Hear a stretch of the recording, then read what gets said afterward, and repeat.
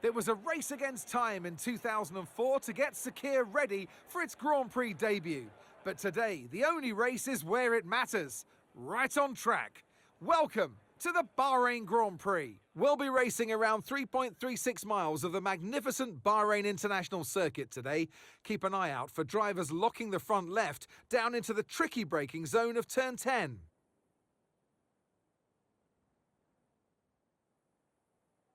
Let's run you through the driver grid order for today's exciting race. Oscar Piastri lines up on pole position, and Max Verstappen lines up alongside.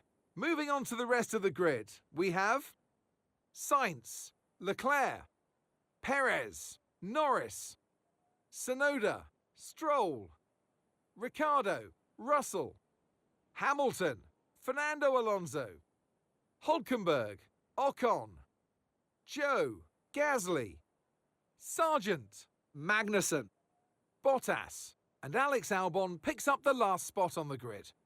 It's almost time for those 5 red lights to go out. And alongside me today, former Formula One driver and former world champion too. See, told you I'll give you a big intro.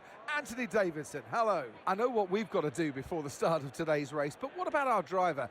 What do the final hours look like for them? Well, for them, you've got your pre-race rituals that you go through. You see different drivers that, some have got their headphones on, they're listening to the music. Some drivers really absorb the energy from the crowd and they're there waving to them. Other drivers, they go within themselves. They chat to their engineers, absorbing that information, that vital information that you need to carry you through the race. And, those pre-race rituals are essential to making things systematic. We do a lot of Grand Prix in a season, and the more systematic you can be, the easier you are within that environment.